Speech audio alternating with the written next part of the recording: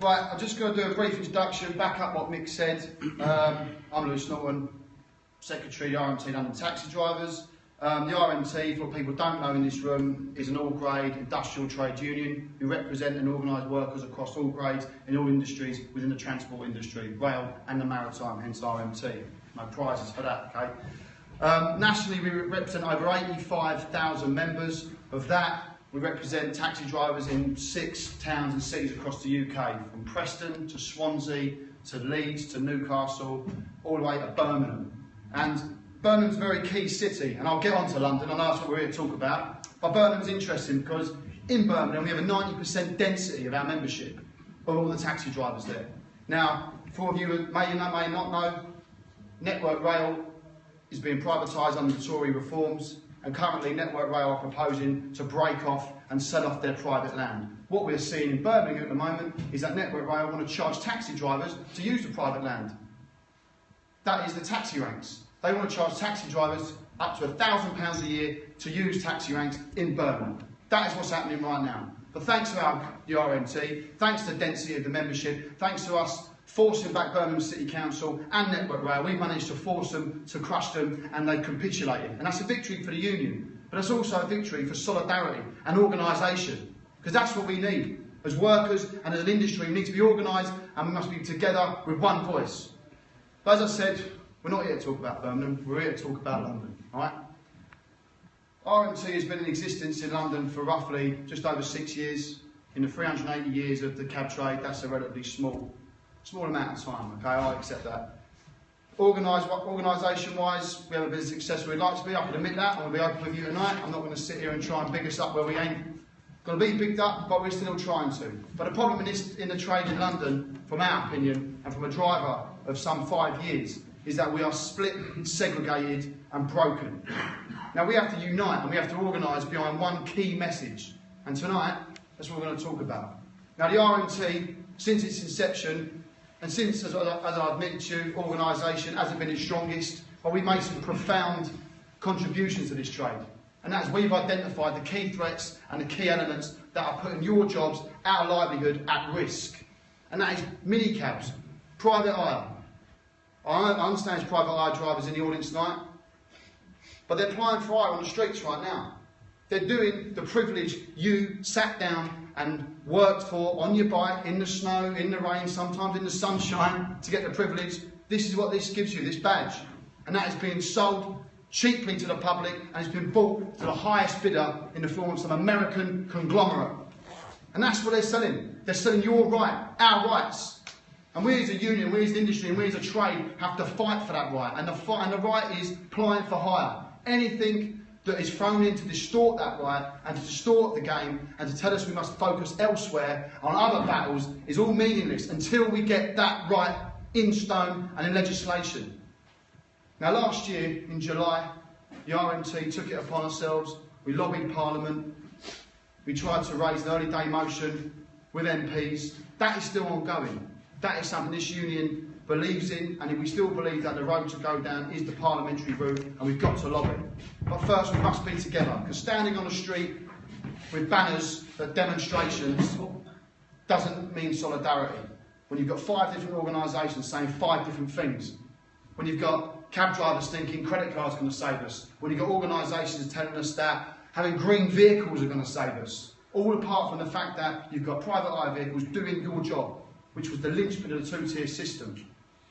So look, I'm trying not to keep it a bit dry, but I'm just going to run through some key facts which I think we all need to know about applying for hire in the 2-tier system. Hackney Carriages applied for hire in London for 380 years. The knowledge of London, implemented in 1851, it created the gold standard. It is a legal requirement for you, for me, for everyone who's done the knowledge to apply for hire in London. If you haven't done the knowledge, you don't get that right. Applying for hire involves 2 distinct practices, ranking and hailing. Moving on. The term applying for hire is found within the 1831 London Hackney Carriage Act. However, there is no different definition of what that term means. Now what I mean by that is that you will see it referenced. Cabs apply for hire, taxis apply for hire. What does that mean?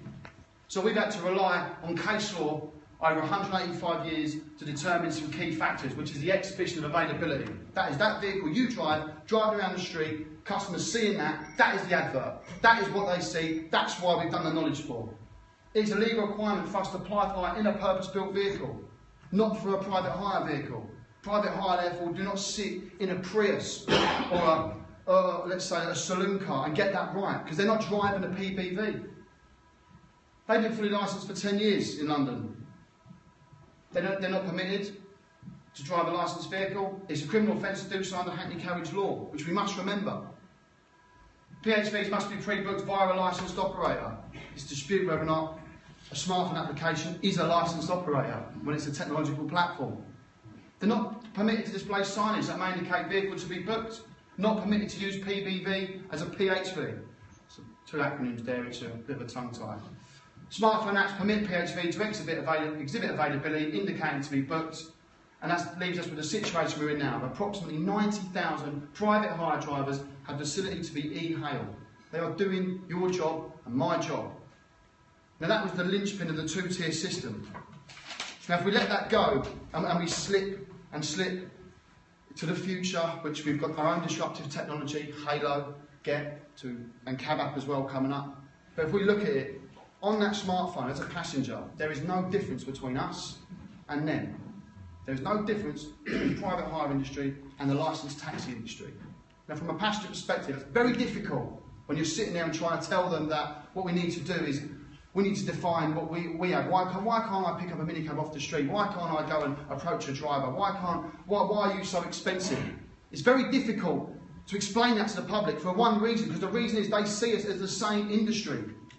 Now, as I said, we believe the only way forward is to lobby the government, lobby Parliament, and to get this definition in stone. But there's some little things we can be doing, and there's other issues that have come about. Private hire regulations at Christmas time, which was pushed forward by Transport for London, they advocated and they looked specifically at the smartphone technology, and they said to us in proposal A, does this constitute showing the vehicles on the screen? Should the vehicles be shown or should they not? And does this constitute applying for hire? Now TfL have decided to not in the face, because currently we have a situation in Transport for London, bearing in mind when they license private hire, they have to look at the private hire model against the licensed taxi model. Therefore, if a private hire vehicle or a private hire industry or the model changes so much that it inflicts the taxi driver's right to apply for hire, then that shouldn't be permitted. But yet they permitted this. And we've got our own applications. We've got our own disruptive technology who also say, we don't want to challenge that either. And I make no bones about saying, I was in a meeting last week with one of the prominent app-based providers in our industry. Not interested. It's your battle. I know. They're not interested. They're not interested in fighting the battle. And you've got to start questioning, why isn't no one doing it? Why aren't Transport for London? Why aren't they coming down there? Why aren't Halo doing it? Why aren't Get doing it? Why isn't the Mayor doing it? And why isn't the Tory government doing it? And this document we have here, which we've been saying for 2 years now, the Law Commission, everything in this book is what is happening on the street. It's tacit approval of what's going to come down. And they want to repeal the right to apply for hire. They want to take it away, throw it in the bin. Because they believe you're too expensive and I'm too expensive. And there's imposters in this industry that tell you and I, you know what we should do? We should cut our fares. You've got to be competitive. Where I come from, and the union I represent, competition means deregulation. And we can't afford to do that. The London Taxi Company telling us to buy 60 grand electric vehicles. That will save our problems.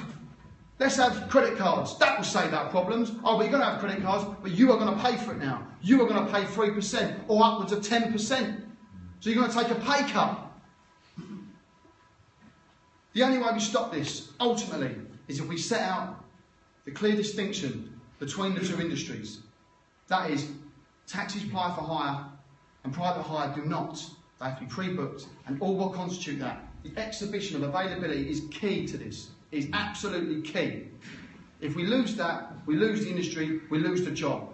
We should not be fooled and not be taken in by people who tell us that short-term solutions and competitive solutions are the way forward. It's not the way forward.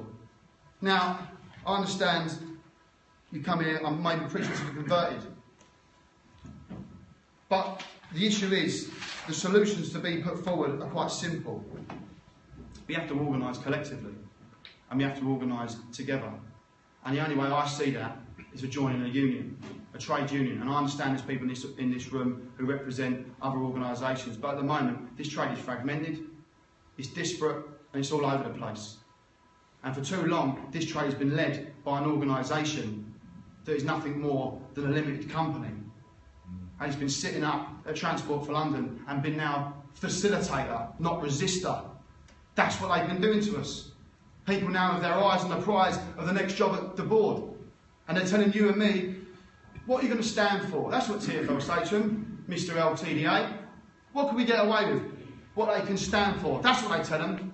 That's what they tell them up there. And a trade union wouldn't do that. The RNT wouldn't do that. An industrial grade union wouldn't do that. And on that note, friends, I will say, unity is strength. And we have to come together, we have to fight together, and we have to organise together. Educate, agitate, organise. Thank you.